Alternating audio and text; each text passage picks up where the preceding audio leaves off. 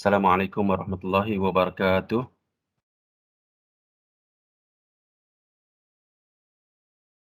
Waalaikumsalam. Innal hamdalillah, sesungguhnya segala puji bagi Allah. Nahmaduhu wa nasta'inuhu wa nastaghfiruh. Kami memujinya dan kami memohon pertolongan dan ampunannya. Wa na'udzubillahi min syururi anfusina. Kami berlindung kepada Allah dari kejahatan diri-diri kami.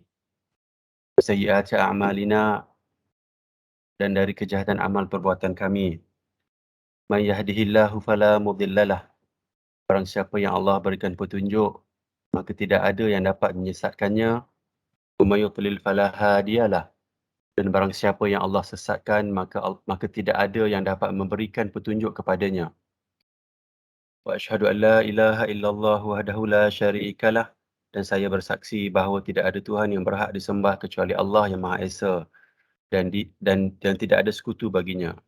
Wa asyhadu anna Muhammadan abduhu wa rasuluh. Dan saya bersaksi bahawa Muhammad adalah hamba dan rasulnya. Hadis sahih. Sebagai mukadimah.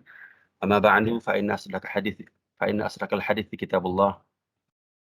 وخير الهدي هدي محمد صلى الله عليه وسلم وشر الأمور محدثاتها وكل محدثة بدعة وكل بدعة ضلالة وكل ضلالة في النار. اللهم صل على محمد وعلى آل محمد كما صليت على إبراهيم وعلى آل إبراهيم وبارك على محمد وعلى آل محمد كما باركت على إبراهيم وعلى آل إبراهيم في العالمين إنك حميد مجيد. Alhamdulillah, syukur kepada Allah Subhanahu Wa Taala. Ah, Allah bagi lagi kita ruang dan peluang pada minggu ni untuk kita hadir kepada dalam sesi tazkirah pada minggu ni lah. So format tazkirah, siapa yang dah biasa dia tahulah, ini format yang biasa kita buat lah. Tapi kalau kita tengok pada pack ni, kita ada pendahuluan dalam 5 minit. Saya dah adakan beberapa hadis tentang pentingnya menuntut ilmu. Nombor 2, perkara umum kalau ada, rakan-rakan boleh share lah kalau ada, kalau tak ada, dan saya terus je kepada tajuk yang kita nak bincang pada minggu ni lah. Nombor 3, sesambung lagi, hakikat kehidupan dan kematian. Ini tajuk tazkirah pada minggu ni lah, minggu ni dan minggu lepas. Ini sesi kedua. Pertama, nak cerita tentang anjuran mengingati kematian, sebab kes-kes kematian hari ni tiap-tiap hari kita nampak di sosial media kan, dalam TV, dalam Facebook, macam-macam kita nampak tiap-tiap hari. Kalaulah kematian yang ada, yang Allah takdirkan untuk kita tengok, dia letak di depan mata kita dan jadikan hati kita tak rasa apa-apa, maka maka kita kena rasa sangat-sangat bimbang lah.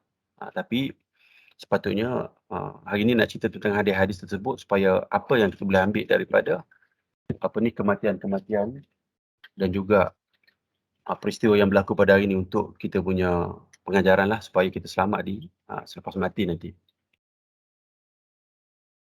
Nombor 2, maksud kafir. Kenapa saya ambil maksud kafir ni? Sebab saya ada ambil beberapa ayat Al-Quran tentang orang yang terseksa di neraka ataupun di mahsyar nanti. Cuma saya nak ambil maksud kafir ni sebab kadang-kadang kalau saya pergi ke surau dengar tafsir, saya rasa bila saya tengok kawan-kawan lain yang duduk sebelah-sebelah, saya rasa dia tak berapa rasa masuk ke dalam hati kalau Al-Quran cerita tentang kafir tu. Sebab saya rasa sebab kita tak kafir. Dia tak dapat nak relate kataan kafir yang Allah sebut, ancaman-ancaman Allah kepada orang kafir tadi tu kepada orang Muslim macam kita. So balik kepada persoalan yang kita rasa macam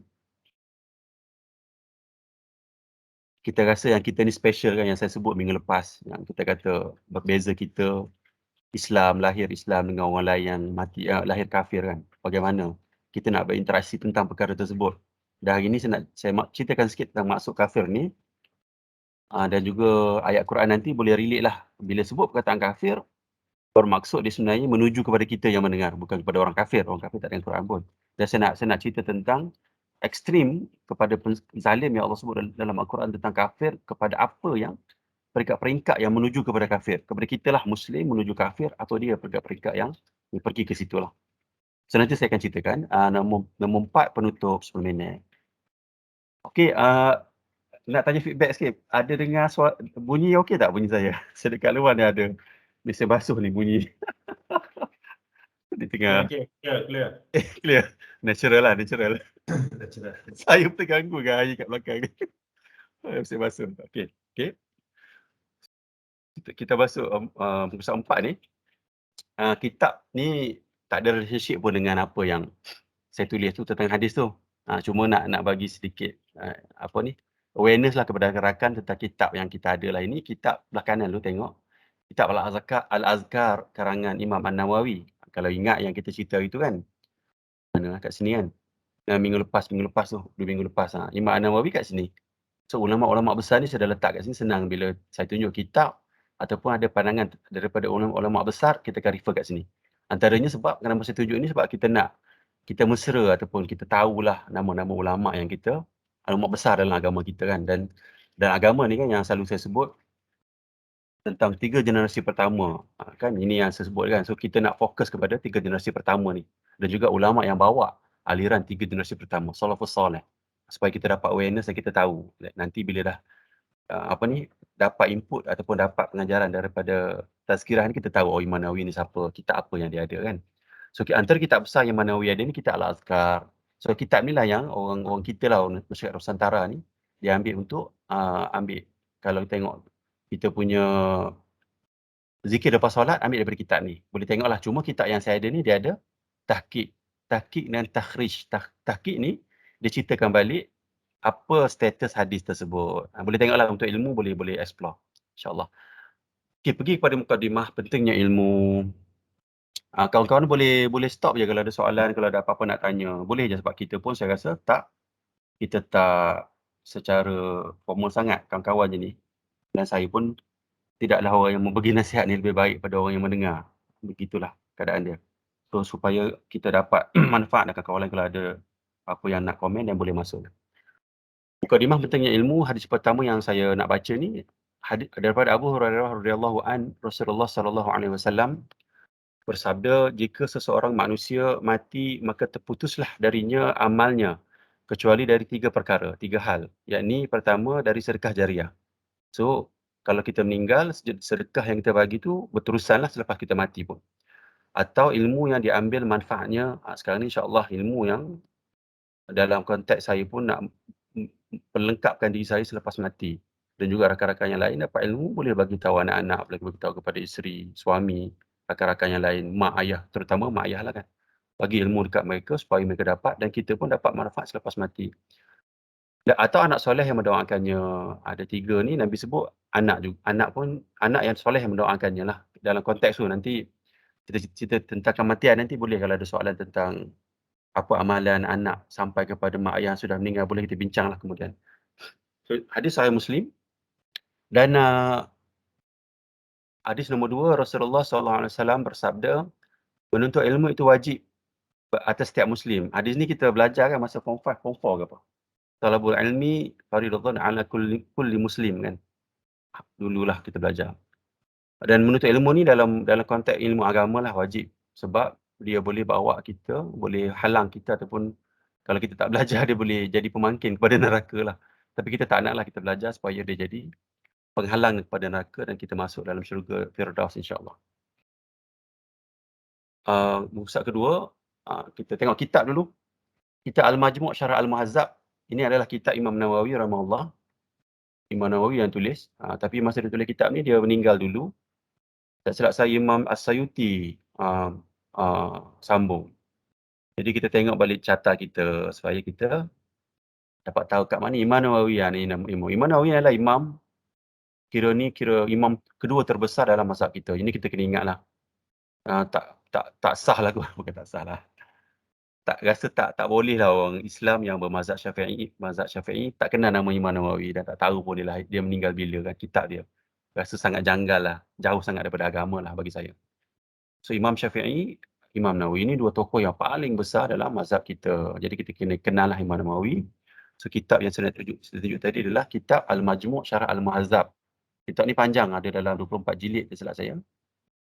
Cuma kitab ni adalah kitab yang daripada di kalangan mazhab fiqh Syafi'i, kebanyakannya hukum hakam akan refer kepada sini.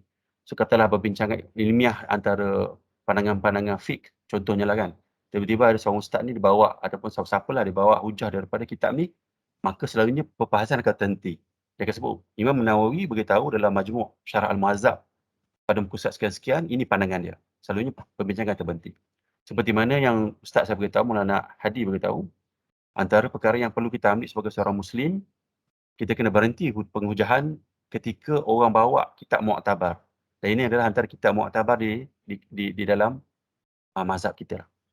Okey, pergi kepada hadis, pentingnya ilmu. Tadi pun dalam konteks ilmu jugalah, kita tahu kitab dan tahu ulama. Dan tahu sikit-sikit lah, boleh tahu secara awareness lah. Hadis ketiga daripada Abu Hurairah radhiyallahu an, dia berkata bahawa Rasulullah sallallahu alaihi wasallam bersabda, siapa yang menempuh jalan untuk mencari ilmu, maka Allah akan mudahkan baginya jalan menuju syurga. So, Nabi sebut, hadis riwayat Muslim, hadis sahih. Nabi sebut, kita menuntut ilmu, Allah mudahkan jalan menuju syurga. Sebab ilmu tu cahaya lah kan. Dia boleh buka jalan kepada kita, kepada benda yang kita nak lah dalam kehidupan kita kan. Sebab-sebab kita hidup ni, minggu lepas kita dah cerita dah. Kita dah janji dengan Allah Subhanahu Wa Taala yang kita ni, yang Allah tu Rabb, Tuhan kita, yang kita nak buat apa yang Allah suruh, dan kita ni hamba Allah, dan kita nak hidup atas dunia ni sebagai hamba Allah di atas peraturan-peraturan yang Allah telah buat. Sehingga kita matilah, dan kita lepas kita mati Allah bangkitkan balik, nak tengok, nak buka buku kita, tengok apa yang dah kita buat ataupun apa amanah yang Allah bagi tu kita buat ke tak atas dunia. Dan ilmu ni boleh sebagai alat yang boleh bantu kita, sebagai macam lampu lah kalau tengah malam, lampu ni akan bantu kita untuk kita selamat di akhirat nanti. So, jadikan semangatlah untuk cari ilmu, bukan sesi ni je. Mungkin hari Sabtu, Ahad sekarang ni pun duduk kat rumah. Lepas tu pula saya rasa tengah-tengah sibuk sangat kes COVID kematian yang banyak ni, saya rasa betul kita penting ke kerja, tapi ambil masa sedikit lah untuk kita slow down sikit. Kita tak mau minda kita ni, akal kita sentiasa duduk di tahap optimum untuk fikir tentang kerja lah. Kita ambil masa, kita rehat. Sebab tu ada rehat kan. Ada rehat tu dan kita cuba dan kita pun ada solat-solat antara kali 5 kali sehari tu. Dan antara solat tu ambil masa sedikit untuk kita fikir sekejap, duduk look back lah, muhasabah, tengok balik apa yang telah berlaku, apa yang akan berlaku, apa yang sedang berlaku, dan apa yang Allah sedang tunjuk kepada kita hari ini, supaya kita faham, supaya kita tahu, supaya peringatan tu sampai. Kalau tidak, tak sampai, maka hati kita takutnya keras lah kan. Tak sampai, lepas tu kita pun larut-larut, kita buat assumption. Lama-lama datang aliran lain, agama, kita pun masuk zikir-zikir ke apa kan, tak solat ke apa, belajar tasawuf, terus sesat. Lepas tu dah, nanti saya akan tunjuk dalam ayat Quran tentang orang-orang yang nasib tak baiklah di mahsyar nanti. Hadis 4, ini bukan hadis, ini ayat Quran. Allah sebut dalam surah Al-Fatir ayat 28, sesungguhnya yang takut kepada Allah di antara hamba-Nya adalah hanyalah ulama. Ulama ni maksud dia selalunya bila ayat Quran ataupun hadis Nabi sebut macam tu, maknanya majoriti lah, ramai. Mungkin 90%, bukannya semua lah. Ulama ni ada ulama yang suk kan, ada ulama yang jahat. Tapi maknanya 95% ulama yang ada yang faham agama ni, mereka ni sangat takut kepada Allah. Dan kalau kita baca kitab-kitab lama, bagaimana ulama ni ketika dia cuba untuk tulis karang-karang kitab macam Imam Nawawi ni, ketika dia nak karang-karang kitab dia, dia mesti dia solat dulu. Di karang kitab dia nak buat pandangan-pandangan dia mungkin berbeza dengan pandangan masyarakat sekeliling. Dia solat dulu, istigharah dia buat supaya pandangan itu dapat macam blessing daripada Allah Subhanahu Wa Taala. Sebab ulama ni kalau dia berijtihad, Allah dalam hadis yang sahih Nabi beritahu, kalau ijtihad dia benar dapat 2 pahala lah. Kalau dia salah maka dapat 1 pahala. Sebab dia memang betul-betul matlamat dia, konteks dia buat hukum tu kepada ummah dan atas ilmu dia. Kalau silap, dia berserah kepada Allah. Dia telah buat setiap upaya untuk cari benda yang paling benar, tapi kalau silap itu Allah bagi ujian kepada umat-umat selepas tu lah, untuk kita cari, untuk kita study lah, untuk kita dan juga ujian kepada kita supaya kita tak taksub kepada ulama-ulama lah. Kadang-kadang kita dengar ulama, guru-guru, imam-imam, kita taksub. Tapi sebenarnya kalau baca kitab Al-Azkar ni, ada juga hadis palsu. Kalau kita taksub, maka bergaduhlah kita kan. Kita kata Imam Nawawi takkan disilap, kata kan. Tidak begitu. Maknanya Imam Nawawi adalah manusia biasa dan dia telah berusaha seluruh kehidupan dia. Yang pendek tu dia meninggal dalam umur dia 42 tahun je, untuk bagi ilmu kepada kita kan. Ada juga yang silap. So kita kena raikan benda tu supaya kita ni letak manusia ni dalam konteks manusia, bukan Nabi. Dan hanya Nabi maksum lah. Dan kita keluar daripada kepompong taksub. Ada satu lagi, lajukan sikit. Uh, Kitab tafsir Ibn Kathir, Sahih tafsir Ibn Kathir, tafsir Al-Azim kalau bahasa Arab dia kan. So Ibn Kathir ni kalau kita tunjuk daripada carta kita ni, ada carta apa periodic table. Kita Ibn Kathir ni meninggal pada tahun 774. So ada kat sinilah ulama besar mazhab Syafi'i. Saya baca Jalil Laju hadis ni. Para ulama adalah pewaris para nabi. Sesungguhnya para nabi tidak mewariskan dinar ataupun dirham, tetapi mewariskan ilmu. Maka dari itu, barang siapa yang mengambilnya, ia telah mengambil bahagian yang cukup. Maknanya nabi wariskan ilmu. Ni nak kena hurai juga. Sebabnya daripada hadis ni kita faham yang Nabi tak tinggal pun sebenarnya baju, kasut yang kita tengok tu, rambut semua tu kan. Sebenarnya Nabi tinggalkan uh, ilmu tu yang sahih daripada Nabi. Kerana Dr. Kamilin ada komen tentang artifak-artifak peninggalan Nabi tu, dia kata tak ada satu pun yang sahih datang daripada Nabi. Sebab kalau ahli hadis, kalau orang yang belajar ilmu hadis, dia fahamlah, dia ada sanad, dia ada perawi-perawi dia. So matan tu kita boleh letak sebagai barang yang ditinggal, artifak yang ditinggalkan. Tapi daripada siapa ke siapa, semestinya ada terputus kat mana-mana. So itu tidak sahih lah sepatutnya lah. Cuma dikuatkan daripada hadis ni, Nabi kata confirm sahih. Nabi tak tinggal apa pun, Nabi tak cerita pun dia tinggalkan apa-apa untuk umat yang sahih. Nabi kata Nabi tinggalkan ilmu. So kita ambil ilmu yang sahih, yang rajih daripada Rasulullah SAW. Ayat Quran surah Al-Mujadilah 58, nescaya Allah akan meninggikan orang-orang yang beriman di antaramu dan orang-orang yang diberi ilmu, pengetahuan yang beberapa darjat. So kita cuba dapatkanlah meninggikan cari ilmu, dan Allah janji kepada kita, siapa yang cari ilmu, Allah tinggikan kedudukan kita lah beberapa darjat. Dan kita naklah benda ni sebagai motivasi. Oh, ada lagi, panjang mukadimah eh. Satu lagi last kot saya rasa. Okay, ada lagi. Okey, ada dua lagi. Panjang sikit ilmu ni. Kitab sebelah kanan ni, kitab perbandingan pendapat lama dan pendapat baru Imam Asy-Syafi'i. Imam Syafi'i kat mana? Imam Syafi'i kat sini. Dia adalah di kalangan tabi'un tabi'in. Dan imam kita lah, imam dalam mazhab fiqh. Dan sepatutnya dia juga imam dalam akidah kita. Kita nak ambil akidah daripada Imam Asy-Syafi'i. InsyaAllah kemudian hari nanti mungkin dalam ada masa nanti saya akan kupas sedikit akidah Imam Syafi'i supaya kita faham. Supaya kita tak rasa janggal dan kita tak tahu apa akidah Imam Syafi'i. Sebab hari ni kalau tanya tentang akidah, siapa yang kita ikut, kita akan sebut Rasulullah lah. Tapi kalau kita belajar tentang agama, akan ada nama-nama lain yang kita keluar lah bila kita sebut tentang akidah. Kita tengok ni, perbandingan pendapat lama baru ni sebenarnya adalah ini apa yang Allah sebut dalam Quran. Saya tak ingat ayat dia, cuma manusia ni bila dia belajar satu ilmu, satu ilmu ni dari sudut teori yang kita belajar kan. Dan bila ilmu dari sudut teori, nak praktikkan ilmu tu macam mana. Bila dia pergi satu tempat, ke tempat yang lain, maka berbeza pandangan dia tentang ilmu teori yang dia dapat tadi. So ini maksud dia, Imam Syafi'i ini dia berpindah daripada, boleh cek dalam wiki, saya tak ingat sangat. Saya rasa daripada Madinah ke Mesir ke antara dua tu lah. Dia pandangan dia berbeza. So maksud dia, pengaruh sekitar ni mempunyai pengaruh untuk berikan pandangan kita, perbezaan pandangan. Kematangan akal tu lebih matang lah ataupun lebih wise lah. Orang tu bila dia banyak pergi berjalan ke tempat-tempat dia tengok orang daripada sudut teori. Okey. So Imam Syafi'i dia tulis kitab dia, pandangan dia yang berbeza. Saya rasa penulis ni adalah anak murid dia, saya rasa ni. Anak murid dia tulis kitab ni pandangan yang Imam Syafi'i berbeza lah. So kita baca pentingnya ilmu, ada dua muka surat lagi. Surah Al-Mulk, Allah bagi tahu.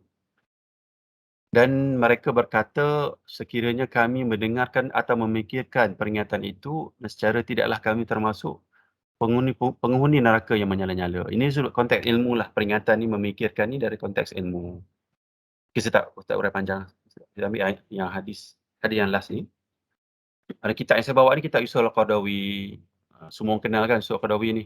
Dan hari ni pun ada antara pandangan kata dia adalah di kalangan mujtahid yang Allah, nanti saya tunjuk yang Nabi sebut dalam hadis lah. Ini antara pandangan adalah mujtahid yang memperbaharui agama ni. Maksud dia banyak kupas-kupas tentang apa yang asal daripada Rasulullah. So ini antara kitab dia lah. Fiqh perbezaan pendapat antara sesama Muslim. Terus tak ada dalamnya catatan fiqh. Dr. Yusuf Qaradawi ni masih hidup lagi. Masih ada lagi di kalangan kita. Last sekali hadis tentang ilmu. Daripada Abu Darda, sesungguhnya saya mendengar Rasulullah sallallahu alaihi wasallam bersabda, "Barang siapa melalui jalan mencari ilmu, satu jalan mencari ilmu, Allah akan memudahkan baginya jalan menuju syurga." Macam hadis tadilah. Para malaikat akan membentangkan sayapnya kerana redha kepada penuntut ilmu. Maknanya penuntut ilmu ni, hari ni, para malaikat membentangkan sayapnya kepada kita, insya-Allah. Penghuni langit dan bumi hingga ikan yang ada di dalam air mendoakan keampunan kepada penuntut ilmu. Nampak? Bayangkanlah, makhluk Allah yang taat tu, ikan tu pun mendoakan. Penghuni langit ni malaikatlah. Bukan ada benda lain kan? Malaikatlah kan? Penghuni langit ni malaikat dan juga hatta ikan tu ada dalam air tu doakan kepada kita. Ikan ni kan banyak dalam laut sana. So bayangkanlah betapa besarnya apa ni kelebihan penuntut ilmu yang kita tengah buat hari ni lah. So motivasi ni sebenarnya kalau ialah kita kerja, ada ruang dan masa, kita cuba cari ilmu, tengok kat YouTube dan ilmu ni tengoklah cari guru yang bagus-bagus yang jaga hadis ni. Sesungguhnya keutamaan seorang alim berbanding dengan seorang ahli ibadah adalah ibarat bulan purnama atas semua bintang. Orang alim ni, orang yang cerdik pandai ni beza sikit dengan orang ibadat. Orang ibadat ni orang yang kuat ibadat dia lah, tapi dia tidak dia kurang sikit tentang ilmu. Orang alim ni orang yang tahu ilmu, yang macam saya sebut last week tu kan, kita nak amalan kita berkualiti. So, alim ni dia tahu apa yang kualiti ibadat tersebut. Orang ahli ibadat ni dia cuba buat. Dia akan buat banyak. Tengok sebab ahli ibadat ni banyak border yang akan dia langgar. So, Nabi kata ibarat bulan purnama atas semua bintang. Dulu saya pernah buat kajian lah berapa kilometer bulan dengan bintang. So, bintang ni adalah bilion-bilion kilometer lah. Mana jauh lah jarak dia. Bulan dengan bintang jauh lah maksud dia. Sesungguhnya para ulama adalah pewaris Nabi dan para Nabi tidak mewariskan dinar atau dirham. Macam saya sebut tadi hadis tadi. Nabi mewariskan ilmu. Siapa yang ambil ilmu, maka dia telah mengambil bahagian yang sangat besar. So, insyaAllah hari ini, sebagai mukadimah yang panjang, dekat 20 minit lebih, tentang pentingnya ilmu nak tekankanlah supaya kita dapat satu motivasi, dapatlah insyaAllah Allah buka hati kita untuk adalah sedikit ruang untuk kita cari ilmu insyaAllah. Kan? So, saya rasa itu je dalam bab ilmu. Kalau ada soalan dan apa benda kalau ataupun ada apa-apa yang nak kita bincang, saya buka dalam 5 ke 10 minit untuk perkara umum. Tafadhal, rakan-rakan. Tadi boleh Ya, terus. pergi previous slide tak? Yang tadi tu. Ni. Ini ni. Okey. Yang para yang keempat tu kan keutamaan seorang alim dibanding dengan ahli ibadah kan. Yang alim ni maksudnya yang menuntut ilmu lah. Betul. Yang menuntut ilmu, ya betul. Dibandingkan dengan ahli ibadah. Okey. Ahli Maksudnya ibadah. yang menuntut ilmu lagi tinggilah dia punya keutamaan dia berbanding dengan yang buat ibadah saja. Betul, betul. Dia macam ni, alim ni sebenarnya dia tahu definisi ustaz saya, Ustaz Hanafi Nasai, dia kata alim ni maksud dia tahu nak buat apa pada ketika-ketika tertentu. Contohnya tiba-tiba dia musafir kan. Orang alim ni dia tahu sebagai satu senario lah supaya kita faham konteks ilmu. Bila musafir, kita tahu kita akan solat jamak kan. Jamak. Tapi ada pandangan orang lain, dia kata tak apa, dia musafir, aku okey, tak penat pun. Alah, pergi pun duduk hotel Petronas kan. Duduk hotel 5 star, 3 star. Tak apalah aku solat penuh 4 rakaat. Tak himpun dan tak pendek. Dia kata okey lah, tak ada masalah. Tapi orang alim ni dia tahu tentang Nabi. Ketika Rasulullah dalam kehidupan dia tak pernah dia travel, tidak jamak nafas, tidak jamak. Dia tidak qasar. Qasar pendek kan lah. Dia tak pernah tak qasar. Jamak tu atas condition lah. Tapi maknanya semua travelling dia, semua musafir mesti dipendekkan solat dia. Kalau 4 jadi 2. Begitu. Jadi orang alim dia tahu. Okey. Dari sudut sunnahnya, sama ada susah tak susah, senang tak senang, ketika Nabi musafir dia makan pendekkan solat. Tapi kepada orang yang ibadat ni dia kurang kat situlah, dia tak faham konteks tu kenapa, dan dia akan fikir logik dia lah kan 4 kita kan kuat ibadat kan, nak 4 aje. Tak faham yang 2 yang dia buat tu lebih besar pahala daripada 4 tadi, sebab orang yang buat 2 tadi walaupun pendek, natijahnya adalah dia telah mengikuti sunnah yang sahih dan dia faham apa yang Nabi nak sampaikan. Sebagai contoh,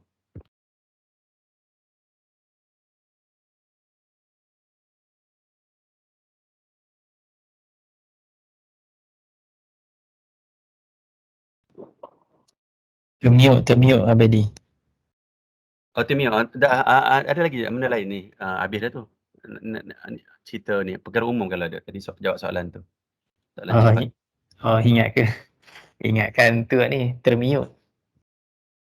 Teruskan. Termiuk. Alang-alang dah buka mic tu tanya terus lah Sari. Tak ada nak tanya, teruskan. Solat 5 rakaat ke? Tak ada.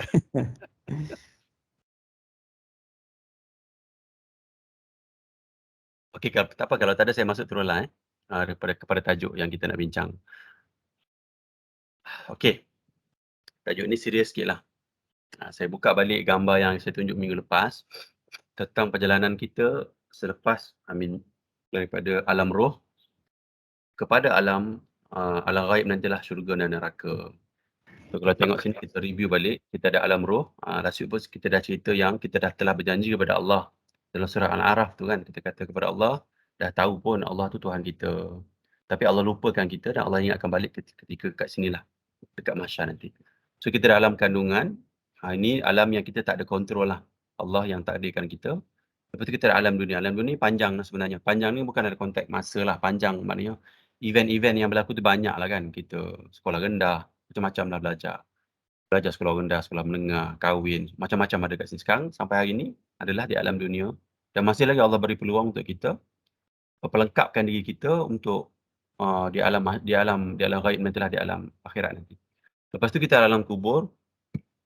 And then kalau alam kubur ni berlaku, kita mati dulu ni insya-Allah ni. Tak akan kehancuran alam semesta lambat lagi. Akan berlaku kehancuran alam semesta, lepas tu hari kebangkitan pada mahsyar, kita dikumpul di pada mahsyar, berlaku syafaat, Rasulullah beri syafaat atas izin Allah, ada hisab.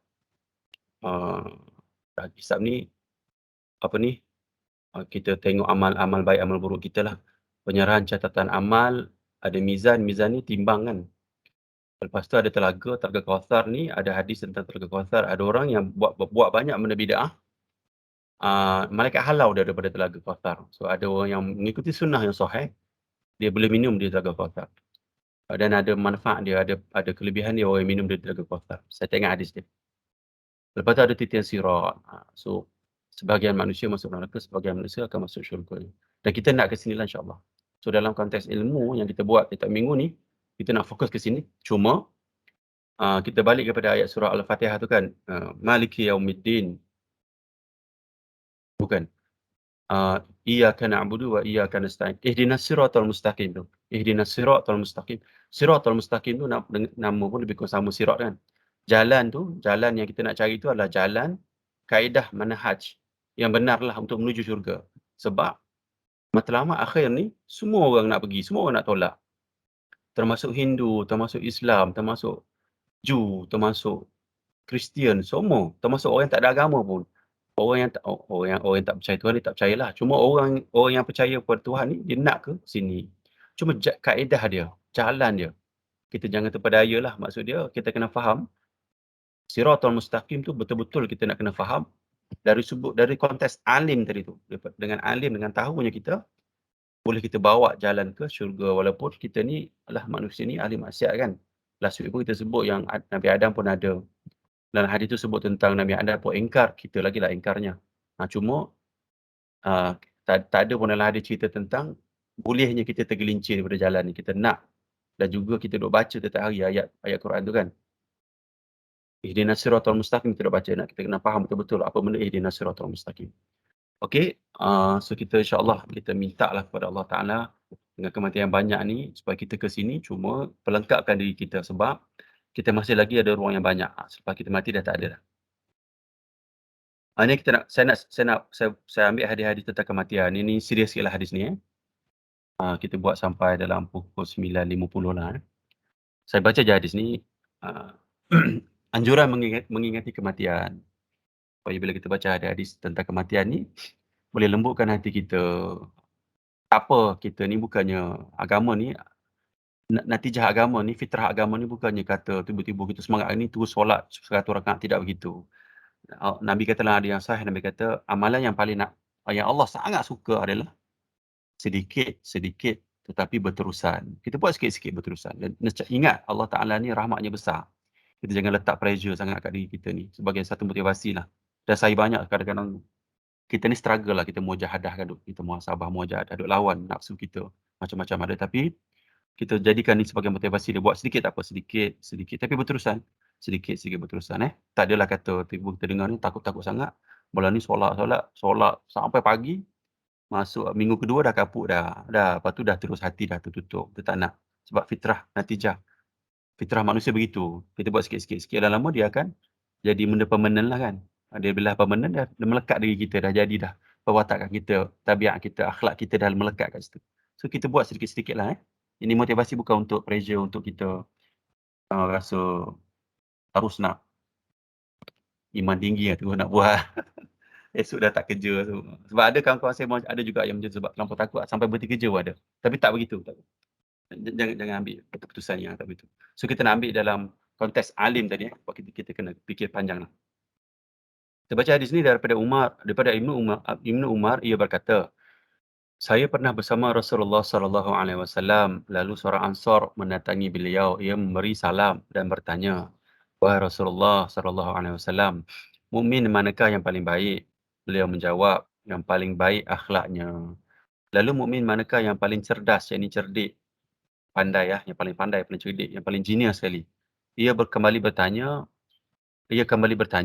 Beliau bersabda, Nabi SAW bersabda, yang paling banyak mengingati kematian dan yang paling baik dalam mempersiapkan diri untuk alam berikutnya, itulah mereka yang paling cerdik, paling pandai lah. Hadis riwayat Ibnu Majah, hadis Hasan. So daripada hadis ni maksud dia kena banyak ingat mati lah. Yang ingat je kan baca hadis, tengok apa KKM punya news, tengok feed, tengok TV. Banyak kematian kan, berita kematian. Lepas tu ada sekeliling kita banyak kematian. Orang paling banyak kematian dan kita mempersiapkan diri untuk menghadapi hari-hari kematian lah maksud dia. Bekal kita. Kan ada Nabi sebut tentang hadis. Kita ni ibaratnya sebagai musafir kan. Kita musafir, kita bawa sikit-sikit je atas dunia ni. Kalau yelah, ibaratnya lah kan, analoginya. Bawa sikit-sikit je, macam tu lah. Maksud kita ni sebagai musafir. Hadis kedua, Rasulullah SAW bersabda, ingatlah kematian dalam solatmu.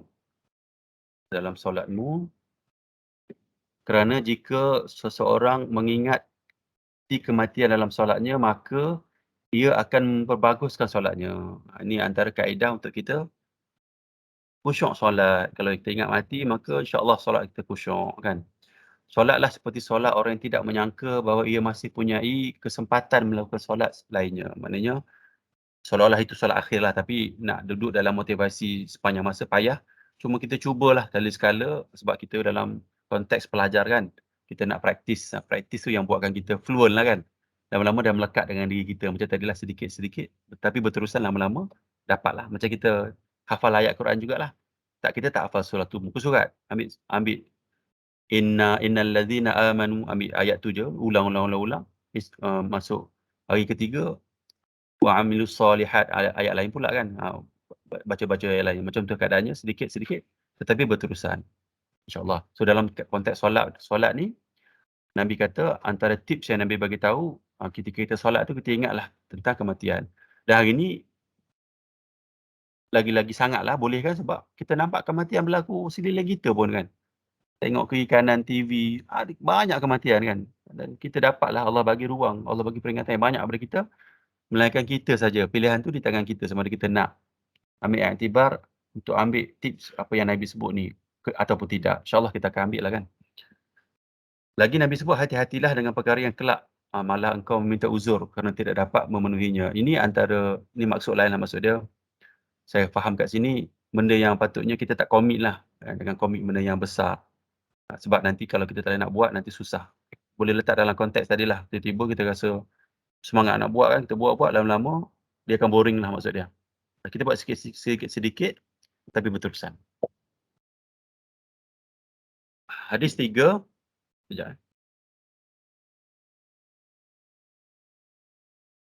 Hadis 3, Rasulullah SAW bersabda, perbanyakkanlah mengingati pemutus kelazatan, yakni kematian. Kerana jika seseorang mengingatnya saat kehidupannya sempit, maka ia akan merasa lapang. Maksudnya bila kita ingat mati ni, kalau kita tengah susah ni, sebab kita fikir benda yang lebih teruk daripada keadaan sekarang, kita rasa lega sikit lah. Dan jika seseorang mengingatkan saat kehidupannya lapang, maka dia tak tertipu dengan dunia. Sehingga lalai lah. Dia ingat mati Allah, dapat duit banyak ke, ataupun dapatlah harta banyak, ataupun tengah happy macam-macam. Ingatlah kematian sebab dia akan menutup ruang-ruang ataupun syaitan yang nak suruh kita buat benda-benda maksiat ataupun pembaziran. Cuma dalam hadis ni mungkin saya boleh sebut sikit. Ini yang Ustaz saya beritahu lah tentang ketika Nabi naik Isra' Mi'raj. Kalau tengok dalam kelas-kelas yang lepas pun ada sebut surah Yasin tu kan yang kita cerita tentang Nabi Isra' Mi'raj dan peristiwa-peristiwa berlaku sebelum tu tahun-tahun kesusahan Nabi, kesedihan Nabi lah. Dan antara benda yang Nabi yang Allah antara manfaat ataupun kelebihan ataupun ibrah lah pengajaran daripada Nabi pergi Isra' Mi'raj tu, Nabi kan berjumpa dengan nabi-nabi lain. Rasulullah berjumpa dengan nabi-nabi lain. Antaranya adalah Nabi tengah susah, dia jumpa dengan Nabi Musa, Nabi Isa, Nabi Adam yang Allah uji banyak. Antaranya adalah manusia ni bila kita sangat susah, kita susah lah. Kita pun tengok orang lain lagi susah pada kita kan. Apa perasaan kita? Kita rasa lega lah Allah kesiannya Nabi Musa kan. Ayah dia, Firaun pun buang dia. Lepas tu ada insiden dia tumbuk orang mati, dia kena buang, dia pergi seorang-seorang, lepas tu balik nak dakwah dengan keadaan sekeliling di ketika Firaun tu kan, anak-anak kena bunuh semua kan. So banyaklah kezaliman berlaku. Kasihanlah, belaslah banyak kalau kita tengok kepada sirah Nabi Musa AS. So Rasulullah ni bila Allah Ta'ala angkat Isra' Mi'raj dan jumpa dengan nabi-nabi lain, dia rasa lega lah hati dia sikit. Allah, kena buat juga dakwah ni. Lain lagi susah, Nabi lain lagi susah, Allah nak buat juga sebagai motivasi juga. Sama juga dengan hadis ni bila kita ingat kematian kan, ketika tengah seduit tak ada kan. Buka angkat sofa adalah RM2-3 dalam tu duit shilling yang tercicir. Tengah-tengah tak ada duit kan, cari-cari, Allah susahnya nak cari. Ataupun anak sekolah ke apa dengan Allah, payahnya Allah. Ketika tu, of course kita doa kepada Allah dan kita ingatlah kematian, kita Allah susahnya hari ni tapi taklah sesusah, taklah seteruk, taklah setakut jika kita mati, sebab ancaman mati tu sangat banyaklah lepas mati nanti. Dia bagi segi motivasi kepada kita lah. Okey, nombor 4 ni, firman Allah Ta'ala ketika datang kematian kepada seseorang lalu ia berkata, Ya Tuhanku, kembalikanlah saya ke dunia agar saya berbuat amal yang soleh terhadap apa yang telah saya tinggalkan. Surah Al-Mu'min ayat 99 ke 100. Maksud ini benar fakta yang Allah sebut dalam Quran. Allah kata, semua orang lah termasuk saya, semua orang lah. Bila kita meninggal nanti, kita kata, nak suruh Allah kembalikan kita kepada dunia balik. Supaya kita buat amal yang soleh. Kan? Afdalah hidup kita hari ni sebab benda ni benefit dia lepas mati baru kita nampak. Mungkin saya nak urai sikit. Tentang surah Al-Baqarah, surah Yasin pun ada Allah sebut tentang ulaika al-an'am. Tentang al-an'am ni. Tentang binatang yang berkaki 4. Beza antara manusia yang Allah beri akal dengan binatang yang Allah tak beri akal ni adalah tadilah pemikiran, cara kita fikir. Ujian kepada analogi dia macam ni lah. Binatang ni dia akan dengar, Allah bagi sense dia kan, Allah bagi banyak diri-diri yang sangat sensitif. Tapi kalau macam lembu ni, ulaika al-an'am ni, binatang ternak ni, bila kita pukul dia baru dia bergerak. Dia nak duduk makan, pukul baru bergerak. So manusia ni sebenarnya Allah tak nak letak pukul tu kepada orang yang boleh berfikir. Allah bagi tahu dalam konteks ancaman daripada apa yang dibaca. Dalam Quran Allah cerita amal yang soleh, dalam neraka nanti ada banyak, kena pukul sana, kena pukul sini. Daripada perkataan Allah dalam Quran tu sebenarnya dia nak suruh otak kita berfikir. Dia tak pukul lagi diri kita. Berbeza dengan binatang, dia dengar bila kita pukul je. Dan selepas kita mati nanti, kita akan jadi, maknanya ancaman ataupun perbuatan tu dah akan berlaku kepada kita, kepada binatang tadi. Maksud dia bila lepas mati nanti, dah jadi pukul lah, tak adalah nak ingat dah, otak dah tak boleh nak, peringatan dah tak ada guna dah pada masa tu. Masa tu ketika tu adalah sama ada kita dapat nikmat ataupun kita dapat azab. So kita gunakan akal kita atas dunia ni untuk kita fikir dan kita cuba kaji apa yang Allah nak bagi tahu kita ni lah. Sebab memang macam tu kaedah Allah bagi tahu. Sebab akal ni digunakan untuk berfikir tentang apa yang Allah bagi tahu kepada kita. InsyaAllah. Dan ayat Quran ni memang kata Semua orang lah memang kita akan lalui dan kita akan kata nak balik ke dunia sebab nak buat amal soleh. Macam itulah. Sebab bila kita dah tahu kebenaran selepas mati dan kita baru kita tergadah lah, baru kita macam Allah, betul Allah. Penyesalannya ya. Okey. Itu aja tentang anjuran tentang kematian. 2 ni je. Supaya kita insaf lah kot. Supaya kita ambil lah serta iktibar dan juga kita adalah dalam diri kita untuk kita ingat kematian. Okey, muka 14 ni, saya nak cerita pasal maksud kafir. Sebabnya macam sebut tadi, sebab kafir ni bila kita pergi dengar kuliah, dengar tafsir Quran, bila imam ataupun ustaz depan sebut nak perkataan kafir, saya rasa macam kurang sampai kepada kita, kepada orang-orang kat bawah ni. Sebab kita sangka kafir tu ancaman kepada orang yang kafir lah, orang yang Hindu, Kristian. Itu betul lah maksud dia. Cuma kenapa pula Allah sebut kafir kepada orang yang membaca Quran ni? Kita kan baca Quran kan? Cuba tengok dalam pada ayat ni maksud kafir ni. Sebab saya sebenarnya ambil daripada internet tapi saya dah belajar dah daripada Ustaz Noman, dia dah sebut dah. Apa yang dia hurai tentang maksud kafir ni selari dengan apa yang saya tulis ni lah. Surah 57 ni, saya tak tahu surah apa. Boleh check lah, korang boleh check. Samalah seperti hujan yang menumbuhkan tanaman yang menghijau subur, menjadikan petani. Petani ni dalam bahasa Arab tu, perkataan kafir, kufar. Suka dan tertarik hati dengan kesuburannya. Maksud dia, perkataan kafir ni ada banyak maksud lah. Kalau tengok, Ustaz Noman kalau diurai tentang ayat Quran ni, dia macam banyak lah. Perkataan ular tu boleh jadi macam-macam perkataan daripada base ayat tu, base perkataan tu. So, petani juga adalah daripada base perkataan kafir, kufar. Maksud kufar di sini adalah petani yang sedang menanam benih, yang menyembunyikan benih dalam tanah di ladang, menutup, mengubur dengan tanah. So, dalam ni maksud dia kafir ni sebenarnya, asal ayat dia, macam kita sebut minggu lepas tu lah, Allah dah letak dalam jiwa kita yang memang Allah Ta'ala ni adalah Tuhan kita. Tetapi kafir ni bila seolah seperti biji benih yang seperti seed lah, yang Allah sebut, yang Allah letak dalam jiwa kita, yang kita tahu yang Tuhan tu Allah, kita ni hamba Allah. Bila kita lahir nanti, kita ni seolah-olah, kepercayaan tadi seolah-olah seperti biji benih. Kalau kat sini kan, biji benih kan kita letak dalam tanah kan, tanah. So bila letak dalam tanah tu seolah-olah kita ni menuntut benda yang betul. Dan kita kena tolak tau, macam benih tu dia nak naik kepada dia punya tunjang ataupun bunga ataupun apa daun itu, dia nak kena tolak pasir tu untuk dia nampak benda yang betul. So sebegitu juga kita. Dan kafir ni adalah bila dia tutup tanah tu, benih tu duduk dalam tu. Mana tak terbuka, tertutup terus. Itu maksud kafir. Kebenaran yang ada, fitrah yang ada, dia tutup. Dan tutup fitrah tu termasuk dengan itulah mak ayah dan sekeliling dan nafsu kita sendiri dan penolakan akal fikiran kita lah. Itu maksud kafir lah. Tapi dari sudut hukum, kafir ni orang kafir lah, orang yang syirikkan Allah semula. Nak faham maksud kafir. Ayat nombor 2 ni daripada surah yang sama, ayat 2. Dan tidaklah ada yang lebih zalim daripada orang-orang yang mereka reka perbuatan yang dusta kepada Allah. Yang ni kafir lah. Atau mendustakan kebenaran setelah kebenaran itu disampaikan kepadanya. Bukankah telah diketahui bahawa dalam neraka Jahanam disediakan tempat tinggal orang-orang yang kafir. So maksud dia, antara maksud dia lain, orang-orang yang berdusta lah, menipu apa yang dia tak sebut, apa yang Allah kata lain, dia sebut lain lah, orang kafir. Okey, nak cerita tentang kafir lagi. Boleh maybe dalam 5 minit lagi kita stop lah. Ini apa yang saya faham daripada Ustaz saya cerita. Ustaz THTL ni Tuan Hassan Tuan Lah. Dulu saya pernah ambil ilmu daripada dia dah lama jugalah. So dia ceritalah tentang apa yang dia faham. Dan ini pun daripada rumusan dia, daripada apa yang dia faham daripada ulama-ulama punya pandangan lah. Tapi ini bukan daripada hadis lah yang ni. Yang nak sebut, yang ni daripada hadis. Yang 100 tahun ni, mujtahid ni daripada hadis. Ini hadis dia lah. Tapi tak apa, saya nak tunjuk kat sini.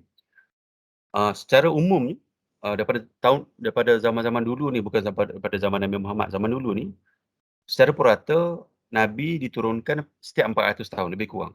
Nabi Muhammad dengan Nabi Isa pun lebih kurang 400 tahun lah. So, lebih kurang macam tu, Nabi. Cuma ada hadis lain Nabi sebut. Nabi kata sesungguhnya, hadis ni, kita baca hadis ni. Daripada Abu Hurairah radhiyallahu an, daripada Rasulullah SAW, beliau bersabda, sesungguhnya Allah mengutuskan untuk umat ini pada setiap akhir 100 tahun. Maksudnya, every 100 years, ada orang yang memperbarui untuk umat agama mereka. Maksud dia, orang ni akan bawa balik apa yang benar-benar Nabi suruh. Sebab kalau daripada maksud hadis ni, maksud dia, 100 tahun orang banyak akan buat benda yang bukan Nabi suruh. Orang buat benda agama tapi bukan apa yang Nabi suruh. Maksud dia bukan daripada sunnah. Kalau tengok pada sini saya letak bid'ah. Ini kalau tengok dari yang pertama dulu Nabi ke Nabi 400 tahun, pada setiap tu mungkin ada Nabi lah kalau masa zaman Nabi dulu kan, sebab Nabi dulu banyak kan. Setiap 100 tahun ada mujtahid, orang yang memperingatkan balik, Nabi buat macam ni lah, kenapa kena buat C? Nabi buat A, kenapa buat C? Every 100 years, ada orang cerita balik. Ada orang cerita balik. Cuma, kalau tengok dekat sini, yang belah kanan ni, Ustaz saya beritahu, dari sudut kepahaman dia, kalaulah tak ada orang memperingati, secara umumnya manusia ni, bukannya kita lah, bukan seorang ni, kira umum, kolektif, banyak ni. Secara umum 400 tahun syirik akan berleluasa. Kalau tak ada orang datang untuk perbaharui agama. Contoh macam ni kan, 100 tahun bid'ah akan berleluasa, 100 tahun lagi berkuasa dua lah, darab dua atau kuasa dua lah bid'ah tu, 300 tahun habis, tahun 400 tahun bid'ah. Sebagaimana juga Ustaz saya sebut, Ustaz Noman lah dia sebut, ini pengalaman dia jugalah, tapi ini adalah konteks lain, cuma saya nak cerita kat sini. Sebab dia tinggal kat US, dia ni orang Pakistan. Dia kata kalau kat US tu, generasi ketiga, maknanya generasi atuk, generasi ayah, generasi kita lah, kalau letak dalam konteks 3 generasi. Dia kata generasi dia, katalah dia tu ada ayah dia, ada atuk dia tu, kawan-kawan dia mostly dah menuju kepada kafir dah, menuju kepada teruk sangat dah. Dah budaya dah masuk kepada budaya orang Amerika dah nak pergi kepada budaya Kristian dah, jarang sangat dah kepada Islam. So maksud dia sekeliling dia telah mempengaruhi dia lah. Tapi dalam konteks hadis ni kalau tengok sini, secara umumnya manusia ni, kalaulah kita ada Rasulullah kan, Rasulullah kat sini, dan Allah sedang hantar 100, every 100 years adalah mujtahid ni, Allah hantar kepada kita. Dan mujtahid ni yang balik, supaya kita balik kepada apa yang benar-benar Allah dan Rasul nak. Dan kita kena ingat, apa dia yang mujtahid berteras, benda yang bukan sunnah lah. Apa yang benda yang bukan sunnah adalah bid'ah.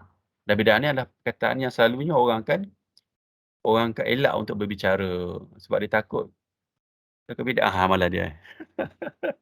Dia takut macam tu . Sepatutnya kita taklah kan, kita ada sudut ilmu, kita takut kepada kematian, kita nak kepada syurga, kita nak kepada ihdinas siratal mustaqim, kita kena cakna tentang bid'ah dan kita nak kena ambil apa yang salafus soleh nak, yang dibawa oleh salafus soleh, apa yang Nabi sebut ni kan, yang mujtahid ni bawa. Sepatutnya begitulah. Ini satu lah, kalau tak ada peringatan, kita tak indah pada peringatan. So, ini antara benda yang saya faham daripada Ustaz saya sebutlah. Saya ingat masa pun dah tak ada 10 minit lagi. Sekejap saya ingat dah tak. Okay. Mungkin saya cerita sikit lah tentang Nabi-Nabi ni. Cuma saya ingat saya pernah cerita tentang berapa jumlah Nabi. Sebab kalau tengok daripada kes ni kan, every 100 years ni mungkin Nabi ni, kalau ikut ini ada Nabi, antara Nabi ke Nabi, ada Nabi banyak. Kalau tengok sini, daripada pandangan ulama' ni, sebenarnya ada hadis, tapi hadis semua dhaif. Cuma ulama' dia kata, lebih kurang lah. Kalau kita dah ambil pandangan-pandangan yang banyak tu, dia kata Rasul ada sekitar 300 orang. Cuma Nabi ni banyak, ada dalam 120,000 orang. Dan juga hadis, ayat Quran kan Allah sebut yang Allah akan bagi peringatan, Allah akan bagi peringatan, maksud dia Allah bagi surah Al-Fatir ni, sesuatu umat, tak ada pun umat yang Allah akan bagi orang, Allah akan dihantar di kalangan mereka seorang Rasul ataupun orang yang bagi peringatan dan amaran. Benda ni lah. Maknanya, kita hari ni pun dalam konteks ni pun akan ada orang datang bagi peringatan kepada kita. Kita tak boleh kata, oh saya lupa. Adalah kes ni, tapi macam saya sebut tadi, keadaan agama kita ni, kalau Nabi ataupun Allah Ta'ala letak dalam Quran tu, dia letak macam seluruh tu, maknanya majoriti banyak, 95%. Ada juga yang isolated cases pun ada. Cuma Nabi banyak lah. Ini kalau tengok Nabi dia banyak. Saya stop kat sini. Kita tutup dekat sini, nanti minggu depan kita sambung lagi lah dekat bid'ah menjurus kepada syirik. Ini antara benda yang saya nak relatekan dengan perkataan kafir tadi, sebab syirik ni kafir lah. Dan kepada orang Islam yang dengar kuliah ataupun dengar ayat Quran bila Allah sebut tentang kafir, apa kena kat kita? Bid'ah lah kan. Kena hati-hati lah bid'ah ni lah. Sebab tu saya kata kalau saya pergi dengar kuliah kat surau, ustaz bagi tafsir Quran kan, bila dia sebut tentang kafir, saya rasa macam tak rasa apa-apa dalam hati. Sebab orang-orang yang dengar tu macam, bukan aku, orang kafir kan. Padahal sebenarnya ada relationship dengan kita pun. Dan juga ingat yang saya sebut yang orang lahir Islam beza dengan orang yang lahir kafir kan. Kita diancam oleh syirik yang banyak. Syirik ni sebenarnya macam inilah datang daripada bidah. Bukannya 400 tahun baru jadi. Sebab ancaman yang bidah dengan syirik ni boleh berlaku every day kat kita. Cuma inilah yang saya sebut, yang saya tunjuk ni secara umum manusia. Maknanya kalau majoriti manusia akan syirik dan kafir lah. Kalau tak ada benda ni. Maksud dia kalau Allah matikan ulama-ulama jadi macam ni. Kau faham Yang last ni saya nak beritahu. Bila Allah sebut tentang perkataan kafir dalam Quran, kita kena ingat dia sebenarnya memang secara berkadar terus dengan kita yang Muslim ni. Sebab menuju kafir adalah bidah ni pergi kepada kafir kan, kepada syirik. Kita kena ingatlah, lepas tu syirik pula berlaku banyak dalam di kalangan kita pun. Tok Bomoh, pengamal perubatan Islam kan, yang so-called Islam, tapi dia syirik. Dia guna jin. Benda-benda itulah yang ada dekat kita. Dan nak relate lah apa yang Allah sebut tentang dalam Quran tentang kafir, sebenarnya tertumpu kepada kita, menuju kepada kita lah. Okey, ada 7 minit lagi. Saya rasa saya stop kat sini, saya buka lah kepada rakan-rakan lah kalau ada soalan ataupun nak share. InsyaAllah saya buka. Assalamualaikum Syekh. Waalaikumsalam warahmatullahi wabarakatuh. Cik Khair, yap. Masya-Allah lah. Masya-Allah apa nama ni? Preparation yang agak rapi ya. Ya. Untuk kali ini punya presentation. Saya nak tanya sikit berkenaan dengan mujtahid. Do we have any mujtahid yang kita tahu tak nama-nama dia orang ni? Kita boleh namakan yang boleh consider as mujtahid. Okey. Ada lagi itu je. Itu je. Memang Saya tak tahu jawab soalan ni, memang tak tahu jawapan. saya macam memotong. Tak ada dalam hadis yang sahih. Nabi sebut umum. Ini hadis dia lah. Cuma ulama dia bincang lah. Antara mujtahid yang saya ingat Imam Abdul Aziz, Khalifah Abdul Aziz. Itu antara mujtahid yang ulama sebut. Dan juga saya ada baca lah dia sebut mujtahid pada zaman sekarang adalah Syekh Yusuf Qaradawi lah. Ini saya baca, tapi ini tak terlepas daripada kesilapan lah sebab pandangan manusia kan. Cuma mujtahid ni adalah mereka yang bawa balik pandangan salafus soleh ni. Yang apa yang benar daripada di kalangan 3 generasi inilah. Itu jawapan Cik Khair tadi. Tak ada dalam hadis yang sahih, tetapi adalah pandangan ulama. Which boleh jadi betul, boleh jadi silap. Ya, betul. Terima kasih.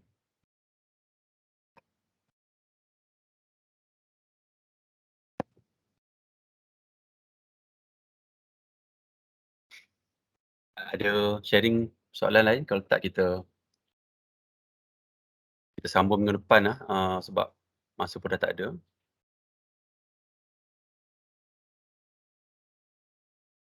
Okey, kalau tak ada kita sudahi dengan doa kafarah ni saya dah tulis kat sini. So kita baca sama-sama lah.